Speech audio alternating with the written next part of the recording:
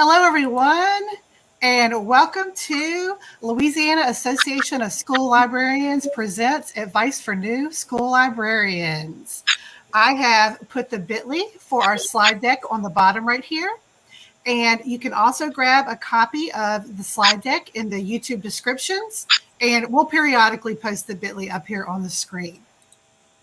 So, one more thing. Up here on the slide deck, will also be the video.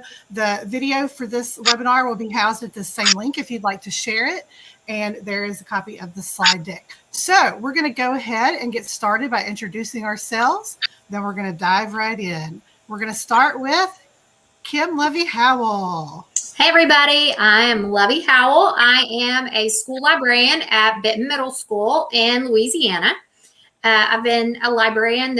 I'm going into my 11th year as a librarian. I was elementary librarian for 9 years and then moved to the middle school. And I've been an educator for 28 years. I'm currently serving Louisiana Association of School Librarians as president, along with Amanda. And my information, my Twitter handle is at LoveyHow21, and I also put the Tiger Library website there for anybody that needs it. Nice to meet you. And hello, everybody. My name is Amanda Jones. I am a teacher librarian at Live Oak Middle School in Watson, Louisiana, which is a rural community outside of Baton Rouge. I am a 21-year educator. This will be my 7th year in the school library. I've been at the same school for 21 years, also the same school that I went to middle school, my husband went to middle school, my daughter went to middle school. About half the staff that works there, I taught.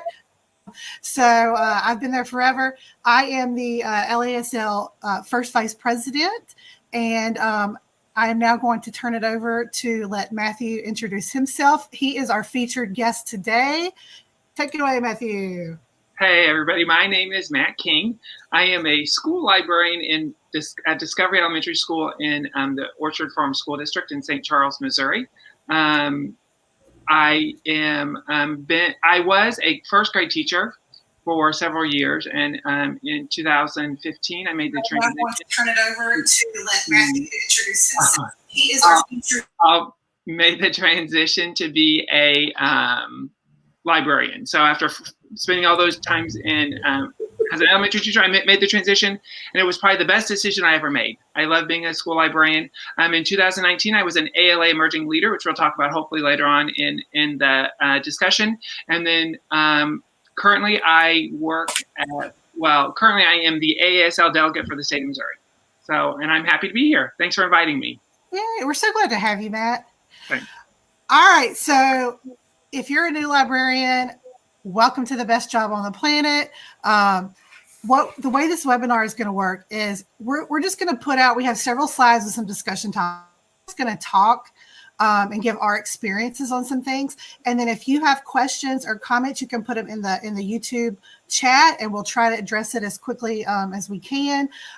We don't know if this is going to go 30 minutes. We don't know if this is going to go 5,000 hours. We don't know. Hopefully not 5,000 hours. But we're just going to start talking and do whatever we can to give some advice and help.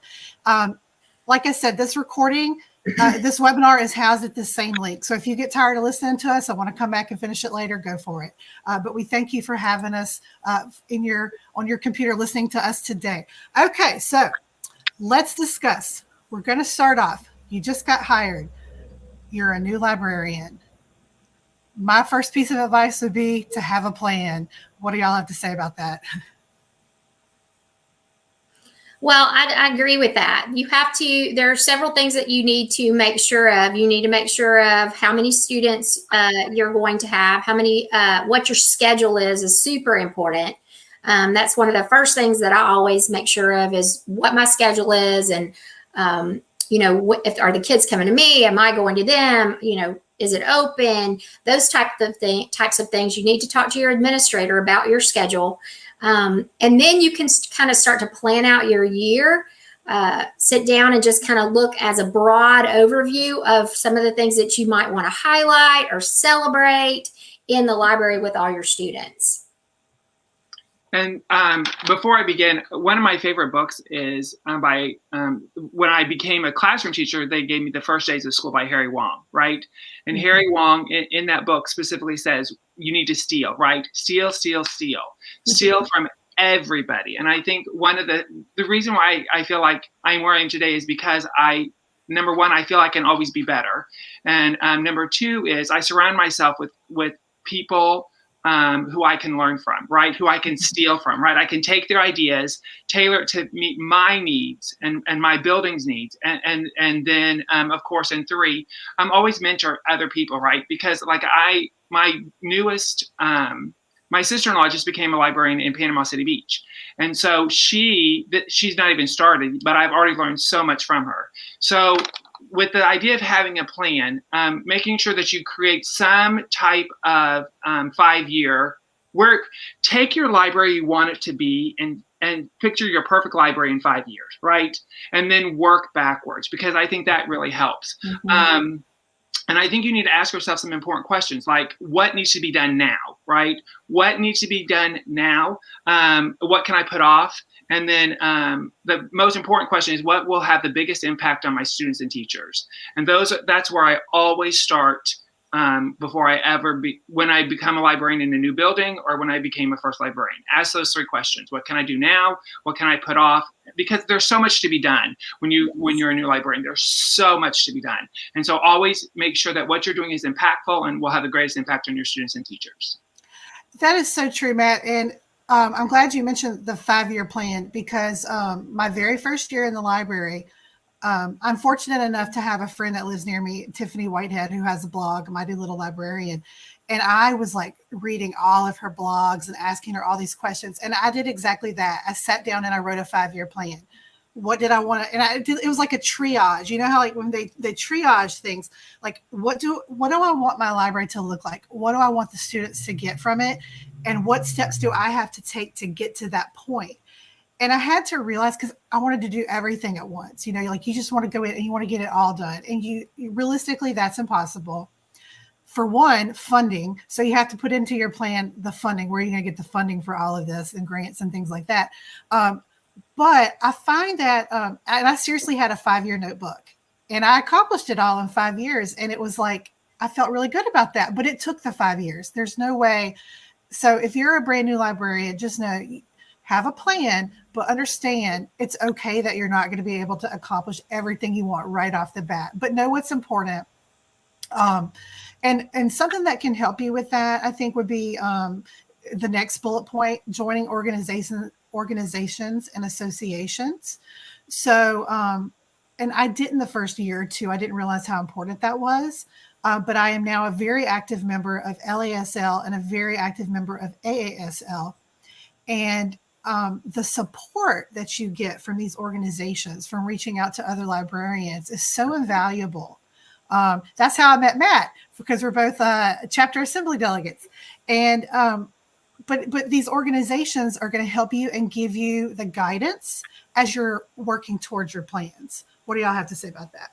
Well, I was going to go back to that plan too. And this is just super simple. And I'm telling you, you're going to think, well, that's kind of simple. I mean, but one of the things that I started doing is I buy brand new spiral notebooks and I jot everything down and I date the top. And even though I utilize every bit of technology that I can. I mean, Google is my friend. My Google Drive is my friend. But one of the things that is really, it can be a phone number. It's like my years as a secretary kind of jumped back in there, and you just have it day by day. And you have no idea how many times I've looked back and thought, I jotted that down. What was that? And I'll go back to it. And then from there. And so I have notebooks now that are just yearly, a bunch of scribble to anybody else. But to me, it really helped keep me on track, or to go back to something that I saw or heard or noticed and didn't have time for, and I could go back to that. So something as simple as that can help you stay a little bit more organized. As far as the organizations, I did immediately join Louisiana Association of School Librarians. Well, and it falls under our library association. So at first, when I joined, I didn't even know the difference between the two. That's how much I did not know about the library. I didn't know what LLA and LASL stood for. So the first thing I had to do was kind of learn that. And then once I joined, you get, information. You start getting this information from them just because you're on their email. You don't have to attend a meeting, if you don't want to, but you get this information. And so that really helped me, what guidelines and standards I was going to teach, got me into all that. So I knew I could plan out my year. Hey, I need to cover this. I need to cover this. I need to cover this. And that helped me plan out my year as well. And so I transitioned from being a first grade teacher into the library. And of course, I took a test to become the librarian and to become certified. And I was like, oh, I know everything. How hard is it to be a librarian, right? All you do is check in and check out books. And then I got there and I'm like, holy cow, do I have so much to learn? And it was a little overwhelming for me. And so I will tell you the best advice I got from the librarian who retired, Lisa Brocard, amazing librarian. She said, Matt, join your state organization. She said that MASL, Missouri Association of School Librarians, is the one I belong to. She said they can provide you with the PD you need because you are a new librarian. Mm-hmm. They can provide you with networking. So because many times you are alone in the building, right? You are the sole librarian in your building. And it's important to have a network of people who understand and who can support you on your journey, right? And then it also provides advocacy, right? You're getting advocacy tools that you can take back to your principal of why the library is important and why you do what you're doing. So I think that after I joined MASL, I learned about the other organizations, right? AASL, ALA. And one of the second greatest benefit of joining an organization was the ALA Emerging Leader Program, which if you are under 5 years, please check into that because that has totally shaped who I am as a librarian today. The program allows you to collaborate, to work with other librarians from across the United States on a project. And then, and from that project, you learn how to be a better leader, how to communicate. And the nice part about it is the people I worked with as an ALA emerging leader, we're still good friends today and we still talk. So it's important that, and they shape your perspective too, right? Because like when you are in one school, you have that school perspective. Whereas when you work across the nation, you get the nation perspective, which I think is pretty important too as a librarian. Absolutely. And a question in the comments, Jennifer had asked, how do we fund memberships? And I wanted to talk about that because so originally so ALA and ASL, I'm not sure if it's still this way, but they usually give a discount, a deep discount for your first 2 years. I'm not sure if they still do that because I've been a member for several years now. It is expensive to join all the organizations. If you're in Louisiana, you can join LAQ, which is our state ISTE affiliate. It's completely free. I find that is very helpful. But most organizations do cost money. I have been able to show data to my administration about the benefits of joining these organizations and attending these conferences and networking. And so I do get a little bit of help. I fundraise in my library and I'm allowed to use some of those funds. But there are grants out there. So there are grants, like I know there were several grants for ASL's national conference that's coming up. There were several grants offered for first-time attendees. Mm-hmm. But once you join your organizations, join committees. Because I don't know if people realize this, but you can, for instance, I'm a member of the National Conference Committee for ASL, and they will provide hotel for the week. So that's a way I offset that cost. I'm a member of my state's Professional Educator Association. They have a grant that funded my airfare. So there are different grants and things that you can look into. It is expensive. And unfortunately, I find that librarians do have to pay out of pocket a lot for that. For me personally, it's beneficial. So I would pay out of pocket, but I understand that not everybody can do that. But PLNs are very important. I'm sorry, Letty, go ahead. No, I was going to say that is one of the things that I think got to me the most was when I came out of the classroom like Matt. And so when I came out of the classroom and I had all these team teachers and all this PD and, you know, all this support, and then I went into the library in the same school, I was like crickets. And so for me, it was super important to have that support from my state organization. I did not join a national organization at first. I just joined the state organization. And it's kind of like you said, if you can only do one thing, do one thing. You know, don't worry about it if you can't do more than one thing. And that's kind of how I built up to how many organizations I'm a member of now. Is I just kind of, like Amanda said, you find those ways, but you don't expect to do that your first year. And don't beat yourself up if you can't do it your first year. Work toward that if that's all you can do. I find it's super worth what you pay to be a member. For me, it has been, and it's made me a much better librarian than I ever imagined. But I didn't do it on my own. It's like Matt said, there is absolutely no way. I learn from everybody, and I continue to learn. And so it's super important to me to be a member of those organizations, because even though it costs money, it's worth the money to me. If that makes sense. It is much more beneficial to me than the amount of money that it is. And if you find that you're unable to afford the organizations, I still urge you to follow those organizations on Facebook and Twitter and check out their websites. Yes. Because you don't necessarily have to be a member to take advantage of all the free resources that they offer on their websites, you know, and you can always reach out to other librarians that are a member of those organizations as well for free. So, but building a PLN is extremely important. I know I use Twitter a lot, and it has been invaluable. I don't think I'd be where I am today in my professional life if I had not utilized Twitter and grown such a great PLN on Twitter. Agreed.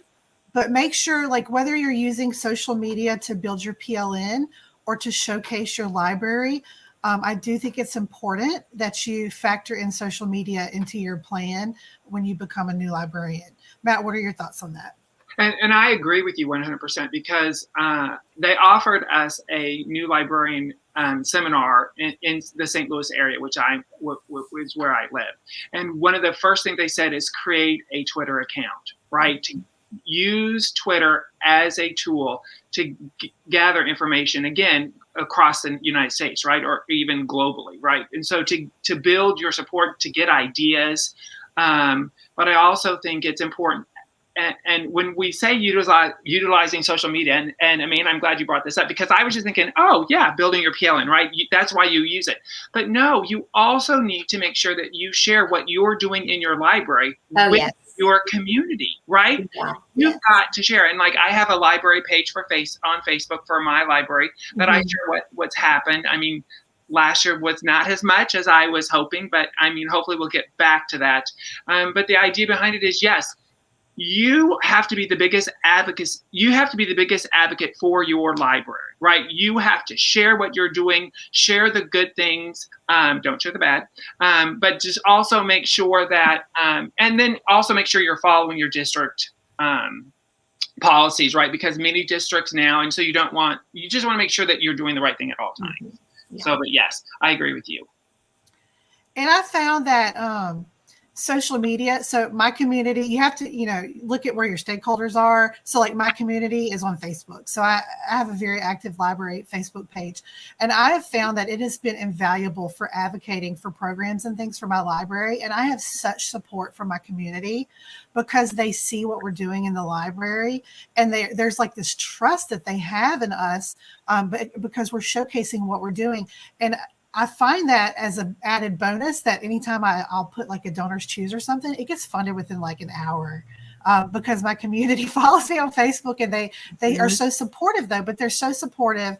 So really think about, your social media when you're heading into, establishing your new role as a new librarian. So we're going to switch gears and talk about scheduling.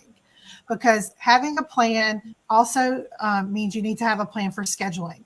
And I realize, so I'm at the middle school level. We are not, I know some elementary schools are, it's like a special and you're built into the daily schedule. So you don't have a say over your schedule. I am very fortunate that I have a fixed flex combo schedule where we have a week of ELA checkouts and we do digital citizenship and lessons in Makerspace. But then the opposite week, I'm completely flex and the other teachers can book for collaborative lessons. I understand that not everybody's able to do that, but you really need to look at your schedule when you get started. What kind of schedules do y'all have, Matt and Lovey? What do y'all have at your schools?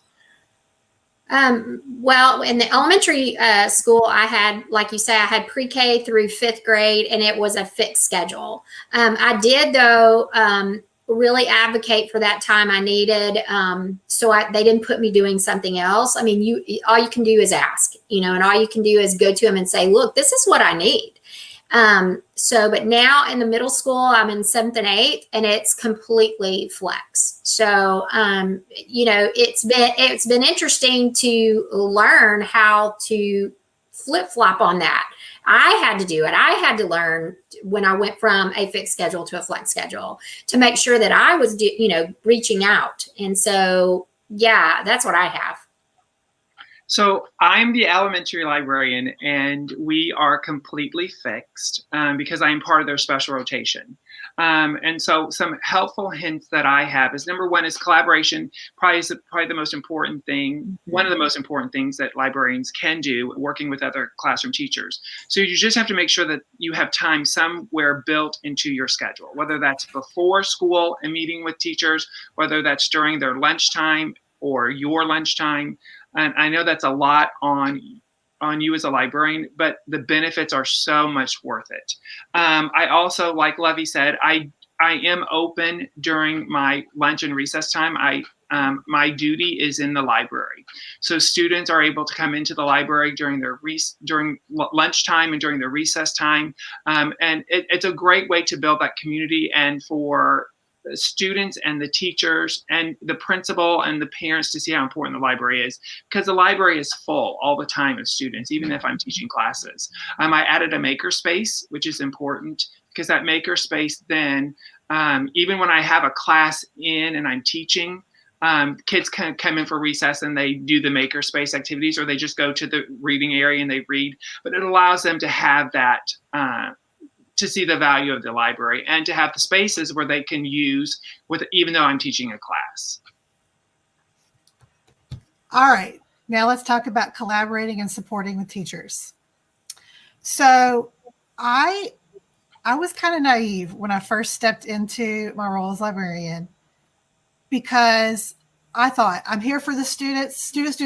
And I don't want to say I lost track I didn't realize quite how much I should be providing for the teachers right at the offset. That quickly changed. I quickly realized, I think during this past school shutdown with COVID in the past year and a half, it's really kind of highlighted how we can help collaborate and support teachers with resources. But a big piece of advice for me would be, don't forget your teachers. So obviously you're running your reading programs and you're providing resources and you're doing all these things for the kids, but don't forget to be that support for the teachers, whether it's a 3-minute video tutorial on how to use some type of tech, or maybe it's just a quick email to remind them that you're there to offer resources.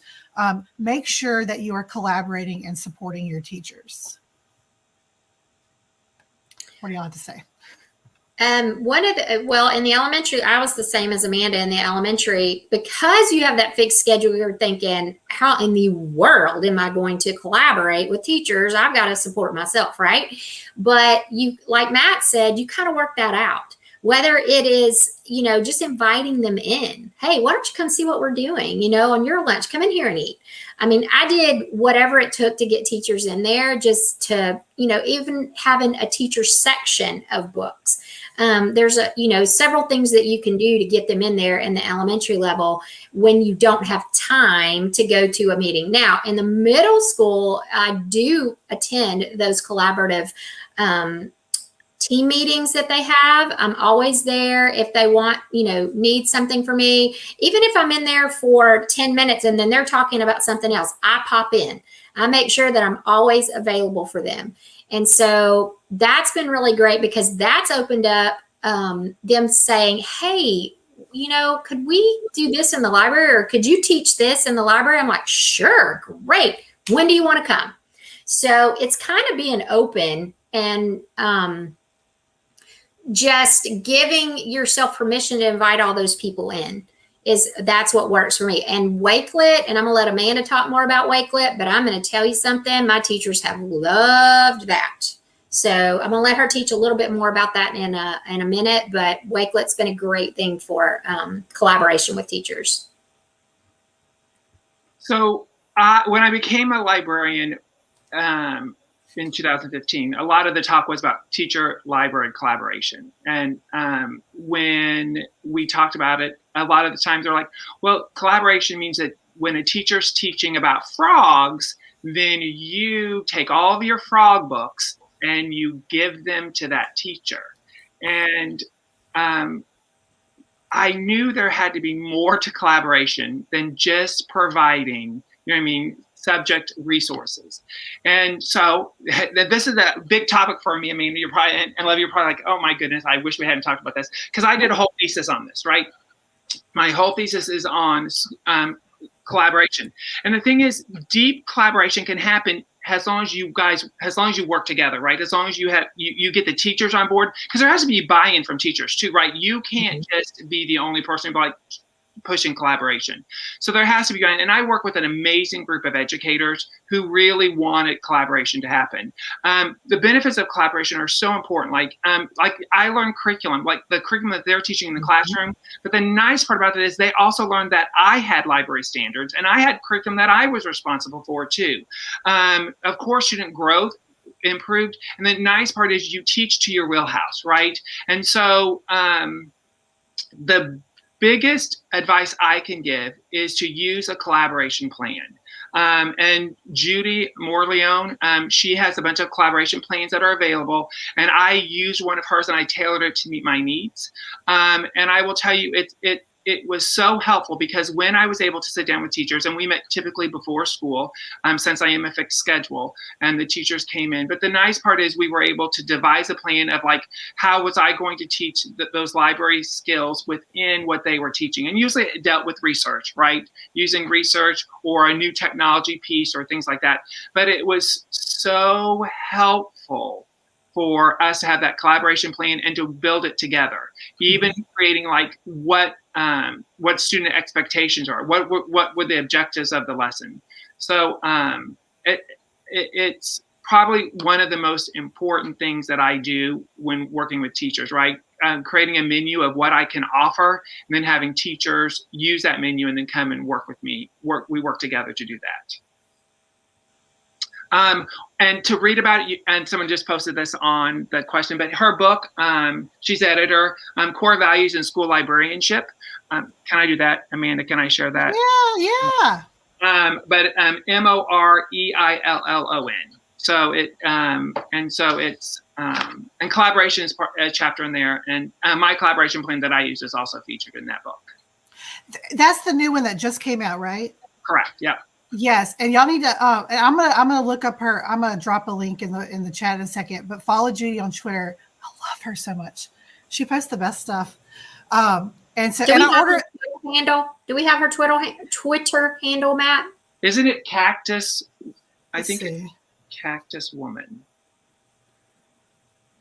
Look, I was in the process of looking it up, and then because I just like retweeted something. Cactus Woman, it is at Cactus Woman. Awesome. Thank you. But yeah, I just ordered that book, so I can't wait to like look at it and see. There's a lot of really great librarians contributed to that, so that's exciting. And if y'all find, I'll try to drop some links in here in the chat in just a second. I'm gonna move on to the next slide and give some thoughts on. Now we're gonna start talking about a few other things. First and foremost, getting to know your collection, and so. When I started I wanted to do all the things. Like I came in and I wanted to do all the things, and I had to kind of slow my roll because it was like, but the most important thing I did was get to know, not the most important thing, but one of the most important things I did was getting to know my collection. I read my very first year, I read the book Marley Diaz Gets It Done, and So Can You. I think that's the correct title, Marley Diaz. And is it 1,000? It's the hashtag 1,000 Black Girl Books, I believe. I hope I'm not messing up that hashtag. And it was food for thought on my collection. And so I went through critically and looked at my collection, and I realized that our collection, all the books were outdated. We didn't have very many new titles, and it was a lot of stories about white boys and their dogs, just like she said it would be in the book, in her book, Marley Diaz Gets It Done. And I was like, we have no diversity. Our collection is old. I've got to get to know my collection. So I spent my very first year weeding, building lists of books that I wanted to get for the library and figuring out how I was going to fund those books, get the funds to purchase those books. I got to know my collection. I got to know what I was lacking. We were lacking diversity. I asked the kids, what books do you like? And would see how many books we had. And I did a lot of surveys with the kids and all of that. But getting to know your collection is really important. I wanted to be able, when a kid said, I need a book about blank, blank, blank, of course I can look it up on Destiny. But with a fiction, it's a little harder. So you have to know your collection and what you have. What are your thoughts on getting to know your collection and maybe weeding at the same time? What do y'all think about that? Well, one of the things that happened to me when I moved into the middle school, I had been there exactly 1 day and a half. And we had a tornado come through and the library flooded. And so all the books were moved to another building. It was like, I was thinking, okay, I give up.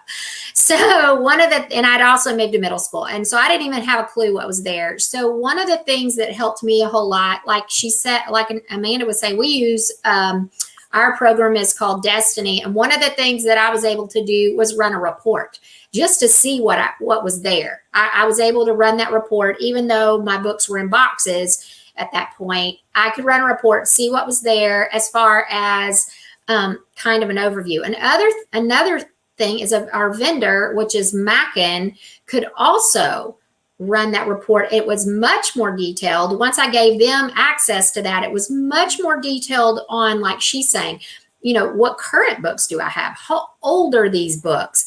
And then I think two of the most important things I did, I asked my kids, whether it's when they walk in there or a survey or what they request, I asked those kids, what do you want to read? What series is your favorite? And every time they said, I would write it down, I would write it down or add it. And I would tell them, we're going to get that. I think that was one of the most important things that I did once I got into the middle school. In the elementary school, it was a little, I'm going to say it was a little easier because, all the books are not quite as big and it was so much easier to read. But another thing that I did is I just began reading my collection, and I began reading what the kids were reading. And then that led me to all these, I would follow those authors, and then it would lead me to other books that they had written that the kids wanted to read. So it was kind of like a snowball effect, asking the kids, me reading myself, and then it just snowballed into what I needed to do to help us get that collection where it needed to be. And I think, Levy, what you said is so important. We need to be reading the books that our kids are reading. Mm-hmm. And I think that is so important. So when kids have those, you can have those discussions with kids, you know what I mean? And it's so nice too, because I think the greatest compliment I ever get is when a kid comes, that was the greatest book I've ever read. Thanks for recommending it to me. You know what I mean? And so, but then of course the greatest insult, right, is I hated the book you just recommended. You know what I mean? So but the thing is, I think it's so important that we know our collection, that we take time to read those books. Mm-hmm. And I think what you talked about is doing student surveys is so important, right? Because the books that I like may not be the books that my student body likes. And so you want to make sure that you reach out to those. And mm-hmm. I'm going to throw this in here now. And I don't know if it really fits better in the further on in the discussion, but one is a student advisory board.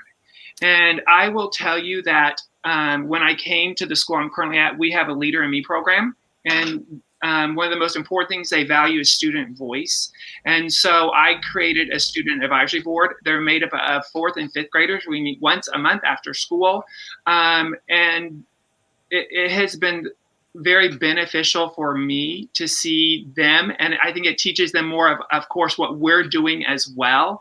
And I think the Student Advisory Board, we created a mission vision statement for the library. We worked on that. I give them funds from my budget, and they have a book rep come in, and they go through and they choose from the catalog what books they want to add to our collection.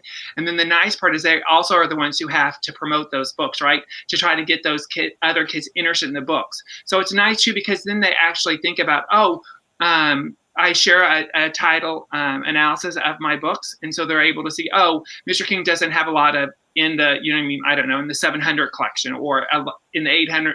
And so they're able to add those books too. So it teaches them a lot about what a librarian does, but it also gives them power, so they see the library as part of their own. And so instead of my library, it now becomes our library. And so they feel like they have the freedom to say, hey, Mr. King, I really want more of this book, or more of this book. And so it really helps me with that. So that is 100% agreed. I think that's one of the biggest buy-ins that I had in the middle school, because they had lost their library, and then we had, all that happen. And so they hadn't had a library in a couple of years. And so it had to be their library. I mean, I was new. I told them, I said, you got to help me, you got to help me build this. And so that, I think, ownership, like you say, for them is huge, no matter where you're at. And can I tell you another thing that helped is that they also redesigned the library. So I thought the library was perfect the way I had designed it, but they created a new map, and the library looks the way it does today because of them. And they even went to the principal and asked for additional funds for additional furniture for the library. Wow. So it was it's a great tool because it actually makes them the advocates for the library. So you're creating hopefully lifetime advocates for libraries, even when they leave school, right? They see how important the library is. I've been kind of playing around with an idea of getting, I was going to do it physically, but now I'm thinking I can do this online, giving the kids, having an entire lesson on, giving them a Mackin catalog, and, let's look, what do we like to read? Let's discuss. What do you want to see more of in the library? I think that would be a really fun lesson. Cause in the past I've just kind of given them little surveys and stuff, but a group discussion and give them the magazines and let them pick. And I feel like somebody had talked about that on Twitter, and I can't remember who. I feel like James Allen, was that you? Or maybe it was Lynn Bryan. I don't know. But I feel like somebody had talked about doing a lesson like that. So I think I'm going to start out the school year doing that with the kids, because I have some grant money coming up I can spend. So I think I'm going to have the kids give them some catalogs, some Mackin and some Permabound and some Abdo, and let them look around and see because it's their library, and I want to get what they want to read. Somebody had put, let's see, Emily had said she works at a K through 12 school. She'll be splitting her library into 2 parts in different locations on campus. My biggest concern is how to split my collection correctly. That's tough, because you don't want to, because there's obviously some 4th and 5th graders that can read some of the books that are 6th and 7th grade. And then that's a tough one. I'm going to give my 2 cents and then let y'all talk about it. But I always look at reviews. And a good thing is, especially in the same discussion with talking about knowing your collection and collection development and stuff, Tidal Wave. I like to go on Tidal Wave, and you can sign up for a free account, whether you order their books or use their program. And I look on Tidal Wave and I'll type a title of a book in, and it usually will list 3 or 4, sometimes 6 or 7 professional reviews for a book. And it gives those age ranges.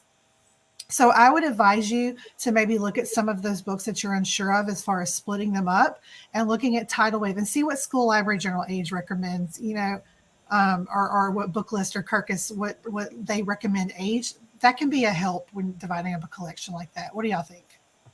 Well, I think too, one of the things that we had to do, because we split our school into 2 campuses. And so I had to figure out how to get those books to the other campus once that had, flooded. So one of the things that we did is we had a Tiger Library delivery service. And so I came up with a way that teachers could share that with their students, if they're younger and they need a little help with that. Or a kid can go in themselves, and depending on if you have how you communicate with your kids, and they could, it's on our website, it's on our school website, it's on our app. And all they have to do is go in there and ask for a book. So say you have, 2 separate collections in 2 separate parts of your campus, but this kid over here on this campus wants something from, they could ask for it and you could just bring it to them or deliver it to them. That could help you with making sure that both collections are available for all your kids. And Amanda, there's a question here about if it's volunteer. If my student advisory board do they apply or is it voluntary? If they apply, then there is an application, and I can share that application if you're interested. But the thing is, if they apply, more often than not, they get in. I don't think I've ever turned it. How do you turn someone away? You know what I mean? No, you know what I mean? And so the nice part is they express interest, of course, but we want it to have them apply because that's part of our program. But Amanda also talked about something which I failed to mention. I want to. Every year, I always add my state's award books. So Missouri, and I'm sure every state out there has those books too, but that's where I always start, because those are the books that they create a list of books for us, and I really focus lessons on those. I do reading programs based on those, and so it's a great way. And plus, I love Missouri's collection because it's a wide diversity, right? The genres are all there. They have graphic novels, they have historical fiction, and so it's great to make sure that you add those too. And we just started a nonfiction group too. So I always would start, if you're looking for adding to your collection, always start with your state organization. And I agree with that wholeheartedly. And not just your states, but other states too, because Texas always has it going on with their state awards list. I always look at, and I know Deb's on here in this webinar watching, and I know she's on some of those committees. Texas has it going on. So I always will go in when I'm ordering books, look at what other states order on their awards list as well, because those state awards lists are usually very, very well-rounded and diverse and wide variety of genres. I also, places that I like to look are We Need Diverse Books. We'll put out lists, and School Library Journal puts out a ton of lists. They just posted like a list of lists the other day, and I was like saving it in a Wakelet. It's the list of lists. But speaking of Wakelet, when I see these lists of books, when I see a state awards list, or I see a blogger or someone has posted a list with recommendations, I save it in a Wakelet for when I start ordering. I found that to be very helpful. Yeah, Deb put Tatius, is that how you say that, Deb? I don't know. Lone Star for middle school, Maverick for graphic novel. Yeah, Texas, they even break it down into graphic novels, and we just have Louisiana Young Readers Choice Awards. But but look at the Kansas has the William Allen White Awards. So look into other state awards lists. But also, well, no, Lovey, before I continue, did you have anything you wanted to talk about it? Well, I saw where James said something that we did in the elementary school was adopt a shelf.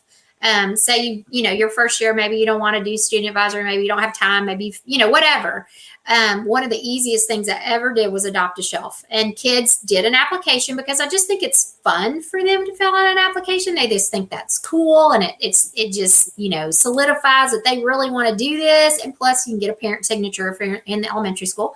And they would come in and they would have their shelf. So we would make a little, actually they would make it. I take that back. They would make their little name marker, and I would put it on their shelf, and they would come in whenever their teacher would let them, recess, before school, whatever it was, and they would make sure those books were correct on that shelf. And then we would have focus, well, like we would feature an adopt-a-shelf, like we would say, we're looking at your shelves, and they do a little clipboard, and then we would feature those kids each week. Like, this is our adopt-a-shelf winner for this week, and they get, soda and a candy bar or something. They loved adopt-a-shelf. So thank you, James, for reminding us of that. That's a great way to get your kids involved. And there's so much to talk about. Oh my goodness. And that's because here's the thing I love about talking to other librarians, because people say something and then you're like, oh my goodness, I'm going to do that. Right. Like, I've written stuff down, you know what I mean? I've got to remember, like, I've never thought of looking at other state, state award books. Well, how silly is that? I should be, because they're the experts too. I should be using their, and so I'm going to start doing that.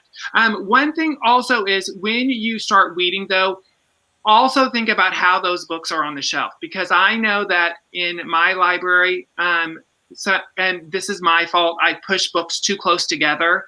And so what I've changed is now I've made many of them front-facing bookshelves. And I think that is so important, because kids now have the chance to see the books. And it's so much better to have tons of space, because sometimes I think, and again, I'm growing as a librarian, and I used to think that a library should have like a billion books, right, in the library, because the more books you have, and I don't care how old the book is, right, but if it's a book, it should be on my shelf.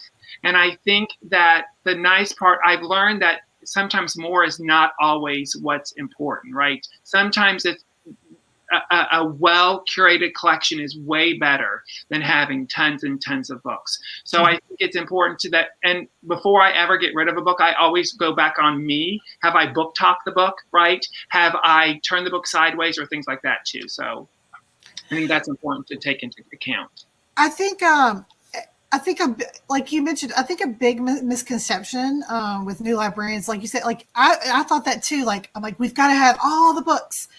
And when I started getting to know my collection, I realized half of them had never been checked out. The kids didn't know they were there. And I read somewhere, and I don't know who to attribute this to, but someone said it's like a garden, and you want to get out the weeds so the kids can see the flowers. So the more you get rid of the junk that's outdated, that they're not reading, display front facing what they are going to read, those things fly off the shelf. And at first my teachers were concerned. What do you mean? What are you doing with all these books? Where are they going? You're getting rid of books. And so you have to explain to people, and also be careful about when you're reading, like, your policies. What is your district policy? Do you return them to the warehouse at the district? You have to be very careful about that, because you see it in the news all the time. Librarians, the policy is to put them in the dumpster, and then the news does an expose, library throwing away books, and be careful. I'm not going to lie, I've taken some out in the cover of night to the dumpster that were that were just so outdated, and there's nothing, you couldn't recycle them. And but you have to get rid of, I don't want to say junk, but you have to get rid of the books that are not being used, the outdated material, so that you make space for the books that the kids are going to read, and that you have room to display them. I agree 100% with that, Matt. We did, when I went into the elementary library, my former librarian, who is the most wonderful storyteller on the face of the earth, most wonderful librarian, but she was a hoarder. And so we had like 4,000 books that I weeded at the first year I was there. And so we also reached out to our local charities.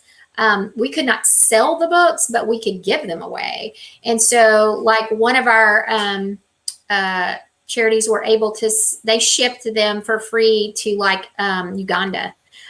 We've also given them to the kids. Like, if you put a bunch of books out and, like, you can get a free book. They love it. They just take them. I mean, they're theirs. So there's a lot of different things you can do, but you do have to make sure that you follow that policy. But you should have that in some type of handbook, or somewhere there should say something about what you do with your discarded books. And another librarian in my state, she uses them for bookmarks, right? She cuts older books up into, and they like use it for, which I think, or origami paper for our makerspace area. So she uses those, and I think that, I mean, how cool is that? So, and we we'll do the blackout poetry. We'll take the pages and do blackout poetry with those. So there's a lot of stuff you can do with your discarded books. But speaking of policies, you do need to make sure that you have your policies in place, whether it's a collection development policy, a challenge policy, especially, and I don't want to get too in depth in this because this could be like a whole discussion, but with things that are in the news and some pushback and CRT, and I just saw yesterday Jacqueline Woodson was someone that was trying to ban Brown Girl Dreaming, saying it was, you need to know your challenge policies and have those in place. And I'm not going to touch on that too much, but just say I think this year is going to be very, very important that we have those policies in place as we see other people start to challenge and attempt to ban books this year.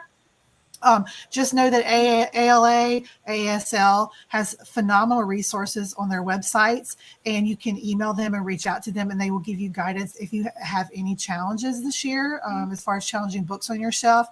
And speaking of ASL standards, so Cindy had put, and this just popped up in the comments.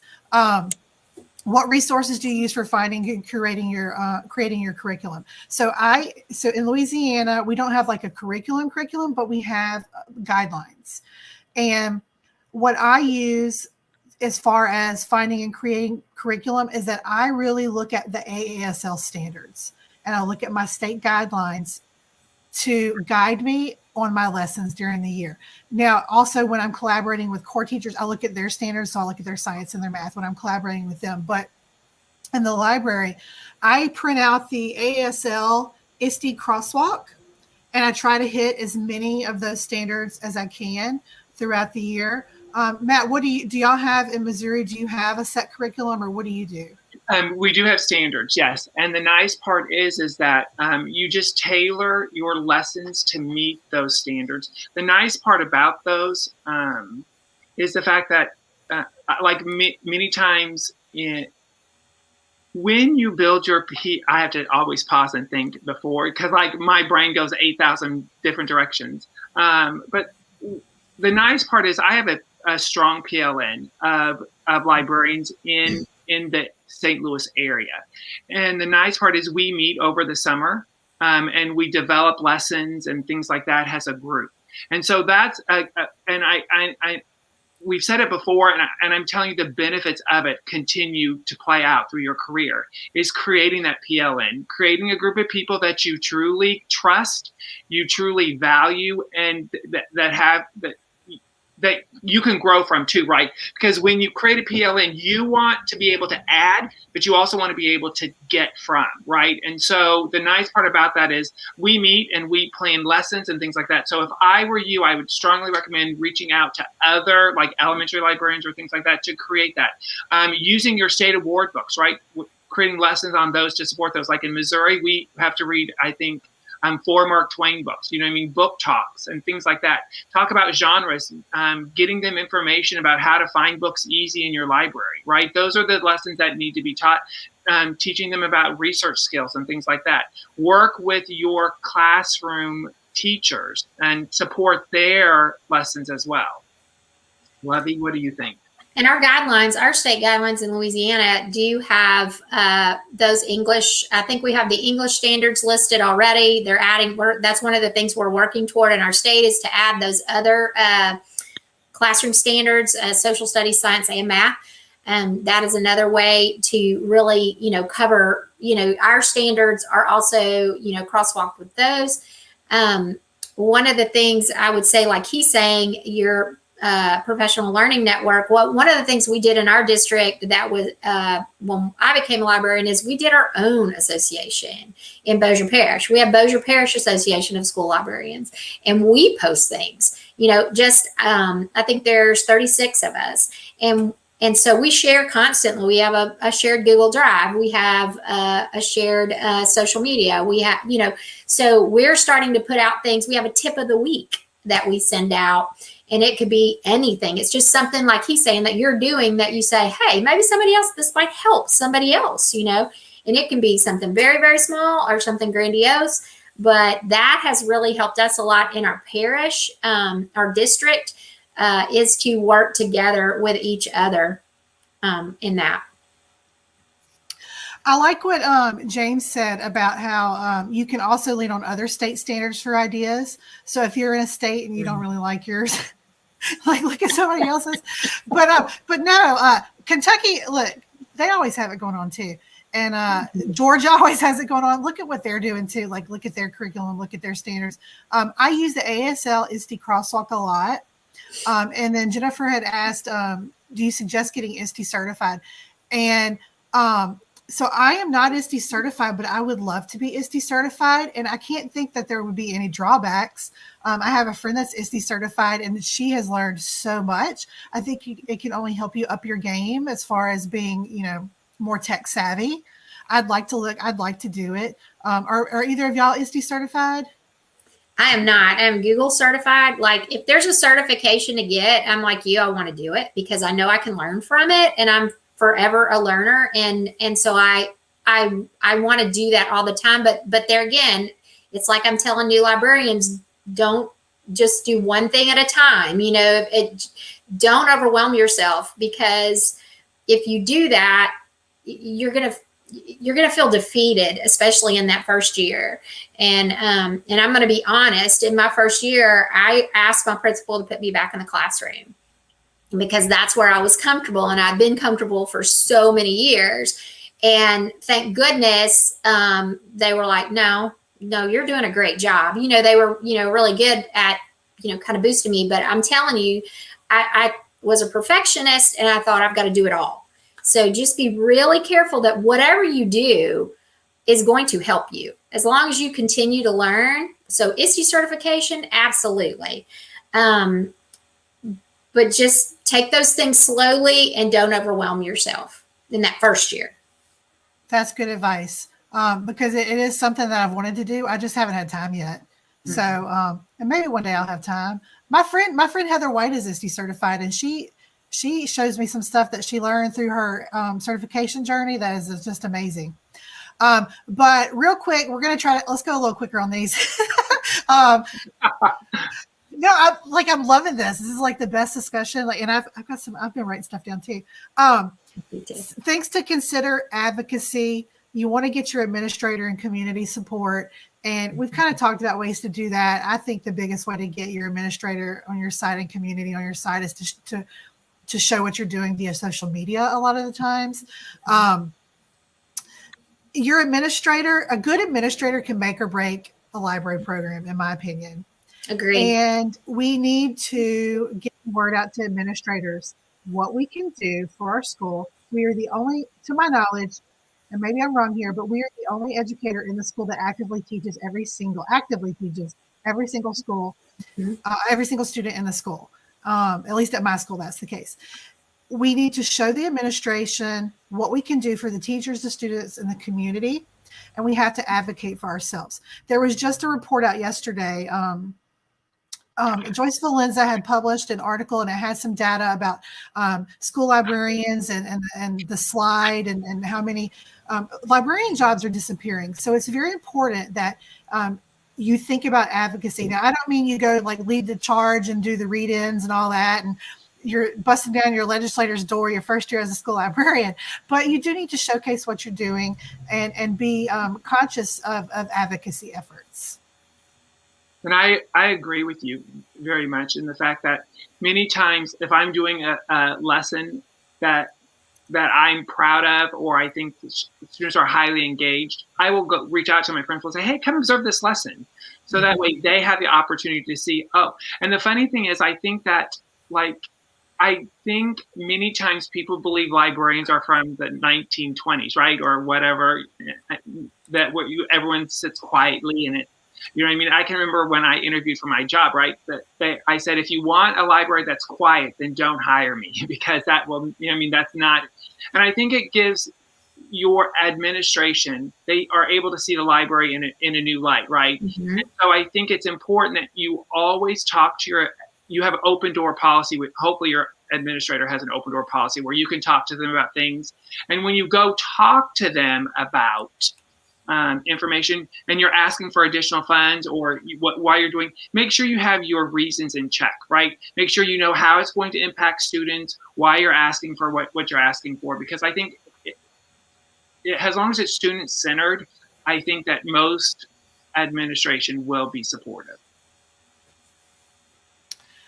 And when you are getting administration and support, you need to remind them about funding, which is the next bullet point. A lot of us do not have the largest library budgets. So when talking about funding, I want new librarians to realize there is so much free money out there in grants, and grants can be intimidating.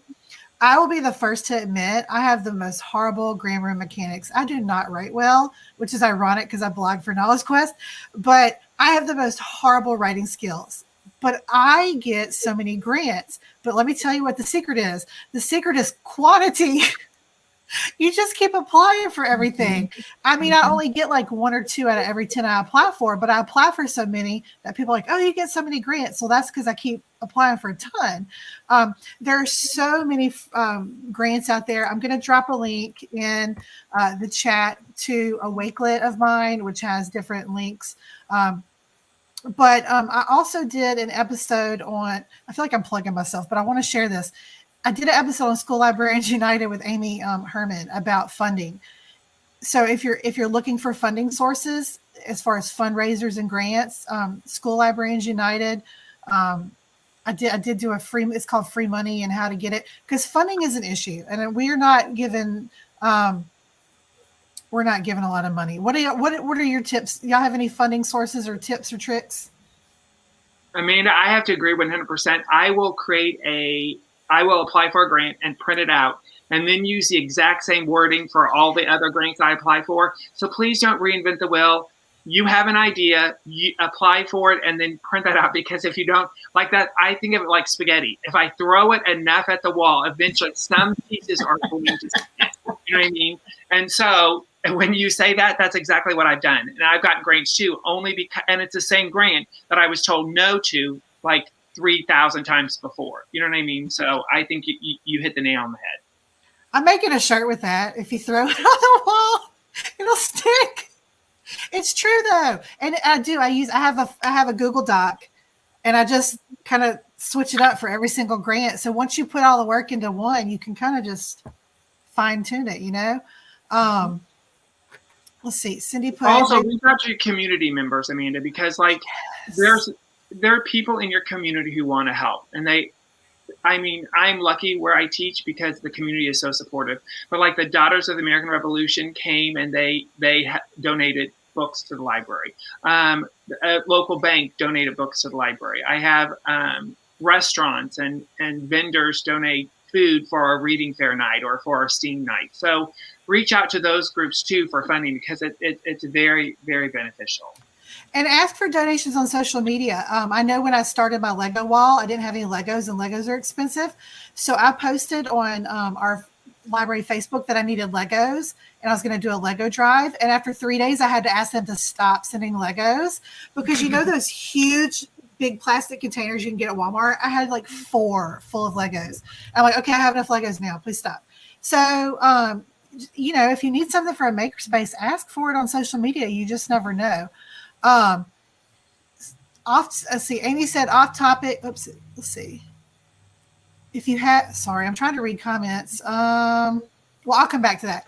So, let's just run through a couple of these other ones real quick, and then we'll go back to the comments. Orientation is a quick way. Like, we have orientation before school starts where the kids come get their schedules and they walk around. But then there's also orientation, like your first time the students come to the library orientation. I was kind of, when I wrote this bullet, talking about like open house type stuff. Open house and orientations are a great way to connect with your parents. I put a big flat panel screen outside the library that says flashes, come to the library. And I do free green screen pictures to suck them into the library. And then I give them a handout with all of our social media on there and say, I'm going to post your pictures from orientation on our social media later. Follow us on social media. So that's a good way to get your parents hooked. Do y'all have any tips and tricks for getting for like maybe open house or beginning of the year? I'm writing down what you just said. Oh yeah, I do a flyer. Much like yours, that list, that gives them ideas on how to check out books. It leads them to our website and things like that. So yeah, I show that. And kids come in anyway because there's a makerspace and the parent they want to come in and play anyway. So the makerspace is always open during the open house, so they have that opportunity too. There was a comment. Okay, there it is. Okay, so Cindy said, what are your tips for shelving books when you're on a fixed schedule teaching all day? So Matt, you could probably better answer this since you're fixed and you have elementary, but I will say that I'm 5th and 6th grade. I actually reached out to my high school that's like a mile up the road. And our high school, so our seniors have electives and they have so many credit hours that they like are looking for electives. So they created kind of an elective type deal at my high school where high school seniors can sign up and their elective is coming to help me shelve books at the library. And so they'll drive over. So like, I guess essentially I'm their teacher for that hour and they drive over to my library and they help me shelve. Parent volunteers, that can be a double-edged sword, but parent volunteers can help shelve. You can, I think it was James mentioned earlier, the adopt a shelf that can help you when your students come to the library. Adopt a shelf, they can help shelve books. But I think if you teach kids self-check-in and check-out, that also frees up a little more time for you to shelve books. And my kids I don't check them in and out. I mean, I did this past year because of COVID and I didn't want them touching everything. But I teach my kids how to check their own books in and out. And I teach, and I've taught some of them how to shelve, and they're 5th and 6th grade, and they do it really well. What are your thoughts on that? I did that even with my kindergartners. Pre-K, not as much, but with my kindergartners, we that was one of our lessons all the way. One of my lessons, at the very beginning of the year is how to check in and check out their books. And that is a huge deal because they're like, how do you get them to do that? But it's like anything else. If you have something and you're very structured, they can do it. I mean, don't doubt what a child can learn. And I had it all the way down to my kindergartners, and I'd have, people saying, oh my gosh, how did you do that? But we have the same thing in middle school. We have self-checkout and check-in as well. So I was always weary about self-checkout simply because the fact that I was worried, like, what if, I've grown a lot as a librarian in the 7 years I've been, and I think you will see the change in yourself as you continue on too. But I was so worried about losing books and things like that, and doing self-checkout. But I realized the power of self-checkout because you have more time for talking to students about like helping them find books, about getting their interest and trying to, like those reader advisories, right? Where you talk to them about like, oh, let's choose this book, or let me help you do this. And so I think that self-checkout is so important. And I am not brave enough to do it with my kindergarten and 1st grade students yet, but I do it with my 3rd, 4th, and 5th. And also I do struggle with shelving books because that's a lot to do, right? And so the nice part is I do have older kids come in at the end of the day, and they do come and help me shelve books. And most of my books in my collection are facing forward, and they are genreified. And genreifying makes it so much easier for you to put books away. And so like the only ones that they have are my Dewey Decimal, my nonfiction books that I typically have to help them coach. But most of the other books they can put away themselves. And I had the same thing, the high schoolers. Ours was called something else. It was something through the high school, and they could go out and work somewhere in the district. And so I've always contacted the high school. I found the person and I was like, hey, you got anybody? Let them come on, because that is a huge help. And they love that. And the kids love having them in there. So that was a huge help in the elementary school, was to get those high schoolers in there. I genreified my library at the end of my 1st year. And so I think there's also, sometimes there's a misconception that if you genreify, you're not teaching them the online system. Like I still teach my kids Destiny. I still teach them how to look things up. But by genreifying, kids were coming in, I want mystery, I want sports. And they were all scattered. Well, genreifying put them in the same section. So my fiction section has categories: sports, realistic, science fiction, fantasy, and all of the books have a colored spine label and then a sign that matches. In this computer system, it's still, they're called, I didn't change any of it still says FIC and the author's last name. But in Destiny, we use Follett Destiny, it says sublocation and tells them where to look. Our circulation tripled when we genreified. And some people will say, well, that's horrible. They go gravitate to the same section and read the same section over and over. First of all, who cares? I mean, y'all, I went through a period of my life for 3 years where all I read was historical fiction set in Ireland, and I turned out okay. If all a kid wants to read is science fiction for 2 years, what of it? They're reading. That's just my thoughts. But if you do something, if you offer optional reading challenges, like we do a 40-book challenge based on Donald Miller's The Book Whisperer, offer challenges where you offer to get them to branch out and spread out and look at other genres. But the kids know what they like. I think James had commented, the kids know what they want to check out. So why would we not make it the easiest way for them to find what they want, to check out what they want to check out? And speaking of checkout policies, be very careful as a new librarian. You don't want to gatekeep. You don't want to limit children. And I know this is a whole other topic. But don't be that librarian that tells kids they can't check out books because it's not on their level. Please don't be that librarian. I think that in the school library, we should encourage children to check out and read what they want to read. And the kids, they'll learn. If they get a book that's too hard, they'll figure out they can't read it, or they'll get an adult to read it for them, or whatever. There's so much research to show that we should let kids read what they want and choose their own books. But again, sometimes your administrator will force you to. I hear horror stories. Do your administrators, do y'all's administrators, do they make y'all, like, the kids check out on a certain level or zone? In the elementary setting, we do, and more than administrators, it was some of our teachers that were more of those type of people. They would bring it back down and say, why you let them check this out? This is not on their level. And I'm like, well, that's the book they wanted to read.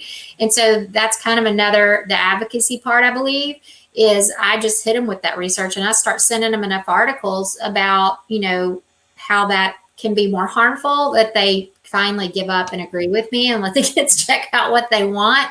But one of the things that we did is I let them check out more than one, and if they had to get this for their teacher, then I'd say, okay, you get this for your teacher. Now, which one do you want? And so you can adapt your checkout numbers to that as well. If a librarian can find a way to get a book in a kid's hands.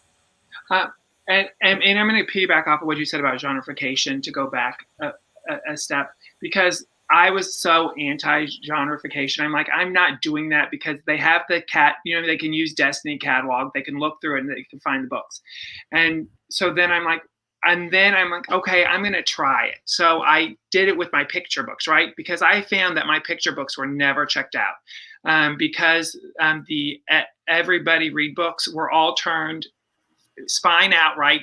Those books were very rarely checked out. So, and you can follow my Twitter feed how I did it, but I did exactly what you did. So I created 16 categories, and from those 16 categories, I then changed the sublocation, and then I bought front-facing shelves.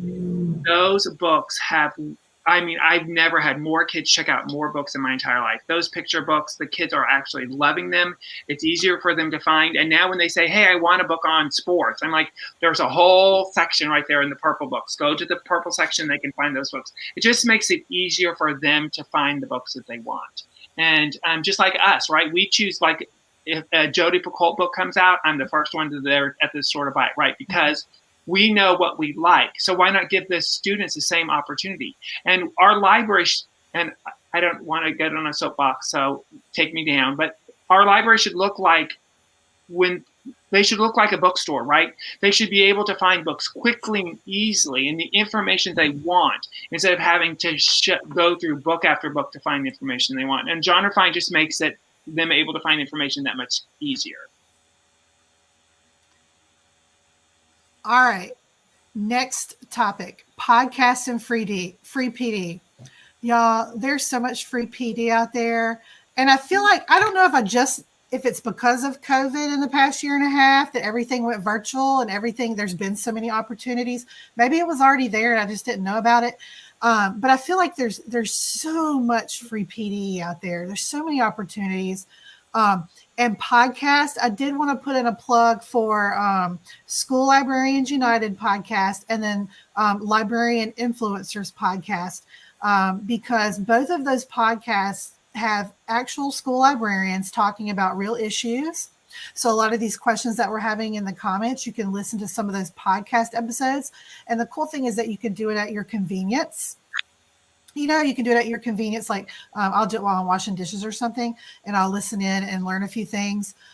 So those are some free, PD sources.